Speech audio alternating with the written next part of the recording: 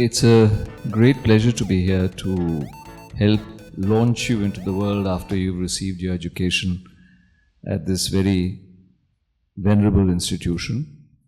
I have been familiar with NISCORT for some time, and this is my second visit, I think, to this particular campus. And I'm delighted to see that the standards which this small but very important institution maintains are being upheld. Thank you. You have received training in one of the fields which I have worked in somewhat, and I have also dealt with students who are studying journalism and mass communication in the course of my career when I was for quite some time the Director General of the Indian Institute of Mass Communications. So I have some idea of the challenges that face you as you enter a field which has changed beyond recognition from the time that I first stepped into it, so to speak. If I can recall that time, my initial forays into journalism were actually in television, and at a time when television was still in India confined to a single broadcaster, which is Doordarshan. At that time, of course, everybody had no choice except to watch Doordarshan, and news was only, bulletins a few times a day. There were no 24/7 news channels at all. So there has been a vast difference in the scenario since that time. What you see today and what you see then, most of you who were not even born in that era cannot even imagine what it was like. What do I say? At that time, there was a lot of criticism because it was a government channel and people said that this is basically propaganda. And now, after you have hundreds of channels, many people who witnessed that era go back and say that that was a much better era. They say, we had balanced news, there was no shouting, you were allowed to discuss without getting carried away. I tend to think that that is on balance true.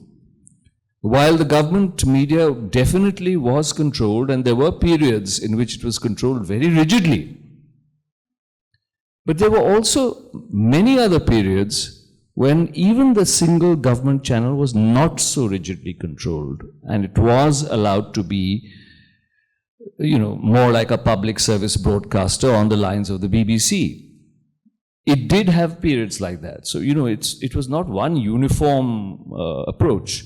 And the very obvious thing was that when there was one single party in power with an overwhelming majority, it became more like a government channel. And the moment you had a coalition government with many parties and views being allowed to express themselves, it became more like a free public service channel where there was a great deal of freedom of debate and dissent as well.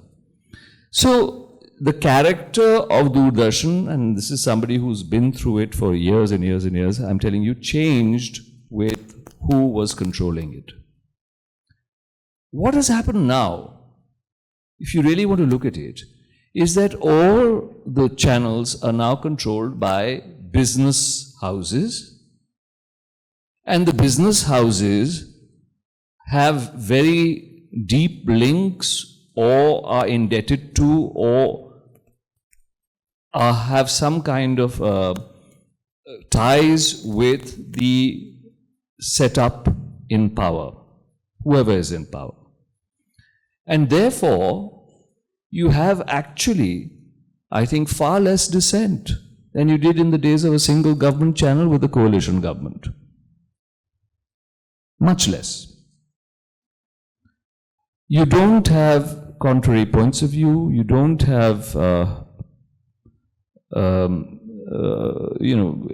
illustration of different political ideologies. So I think as a result of that, democracy does tend to suffer because the commercial or financial interests of the owners are dictating, by and large, their attitude to those in power.